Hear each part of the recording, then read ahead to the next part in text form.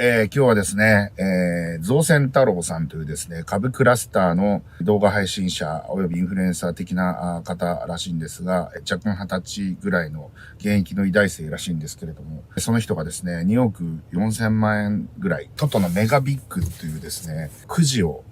7500万円ぐらい買って、2億4000万円ぐらい、リターンが出たっていうことで、その模様をですね、YouTube とかでですね、3時間にわたって配信したりとかしてたらしいんですけれども、その件について解説したいと思います。どうもこの造船太郎さんですね、私の照り焼きプレミアム寿司会に来てたみたいですね。先ほどですね、NHK 党の立花隆さんと自民党の総裁選とかについて議論する雑談生配信っていうのをやってたんですけれども、その時に彼ギャンブラーでパチンコとか好きなんですけど、期待値の計算とかがものすごく好きらしくて、造船太郎さんをですね、分析してたらしいんですけれども、そしたらなんか堀さんと写ってる写真、あれ多分寿司会でしょみたいな出てて、本当だ、この人合ってると思って全然忘れてたんですけど、たくさん来ますからね。毎回10人ずつ、もう10年間、毎月やってますから、もうそれだけでも年間100人以上来ますからね。なかなか覚えられないんですけれども、何回も来たらさすがに覚えますけど、1回しか来てない人はなかなか覚えられないんで。造船太郎さんですね、親から100万円借金をして、小学生とかの時に株とかなんかいろいろやっ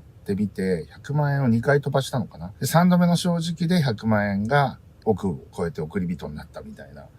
ただですね、ご多分に漏れず先日のですね、フラッシュ的な株価の下落ありましたけれども、あの時にですね、あれ売り方間違えたのかな、なんかお衣装までかかってやばいみたいな状態になってたみたいなんですけど、その時だからも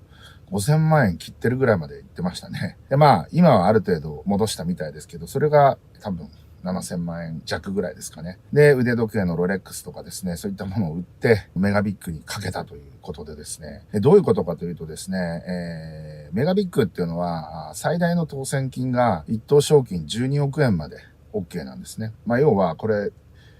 48億円分、1枚300円なんですけど、48億円買うと、48億を300で割った分の1しか1等が当たらないということなので、まあ大体平均してメガビッグの売り上げ1回あたり7億円ぐらいらしいんですけど、つまり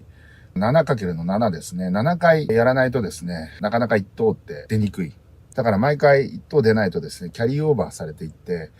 ちょうどそれが50億円分ぐらい今溜まってるような状態だったのかな。で、それに加えてですね、その状況がまず前提としてありますと。で、これは12試合分、12試合の引き分けとか勝ち負けとかのパターンが4パターンあるらしいんですけど、この4パターンかけるのその12試合分。で、その確率を計算すると、48億を300で割った数が出ると。要は一等賞金が出ないとですね、どんどんキャリーオーバーされていくんで、で、そういうのが溜まってる状態で、これ、7試合、いろいろ中止になってですね、台風とかで中止になって、7試合以下だった場合は、全額払い戻しをしますということで、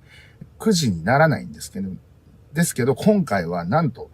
8試合開催されて4試合中止になったんですね。そうするとですね、確率がめちゃくちゃ、もう2000万円分ぐらいで、1等が当たる計算になるんですね。で、要は2000万円とかしか払い戻ししないんで、12億円とかには到底到達しないんで、100本とか当たりが出るわけですね。100本以上、200本ぐらい出るのかな ?250 本とか多分それぐらい出るんですけど、4の4乗分ですね。だから256割るとですね、48億円を256で割ると大体2000万円ぐらいになるんですけど、っていうのに気づいて。で、これ気づいた人たちが結構いて、40億ぐらい売れたのかな。だけど、多くの人たちはそれに気づいてなくて、造船太郎さんはそこにかけたわけです。7500万円ぐらい貼ったんで、単純計算すると大体 3.5 本ぐらい当たりくじが出るだろうということで、期待値を計算すると 1.7 倍とかだったのかな。なので、7500万円入れたら5000万円ぐらい儲かる。まあ平均値でね。めちゃくちゃ運がなかったら元本ぐらいしか返ってこないわけですけど、今回彼はめちゃくちゃ当たったんですね。それはもう偶然、もちろん確率っていうのは変動するんで、中央値が 1.7 ぐらいであるっていうだけで、2とか 2.5 とかになる確率もあるわけですよね。で、それに当たっちゃって、2億4000万円ぐらい払い戻しがあったということですね。だから、造船太郎さんが取ったリスクっていうのは、まず、売上金がめちゃくちゃ増えてしまうこと。まあ、例えば100億とか200億売り上げてみんなが気づいてね、100億とか200億売り上げてしまうとですね、期待値下がるんで、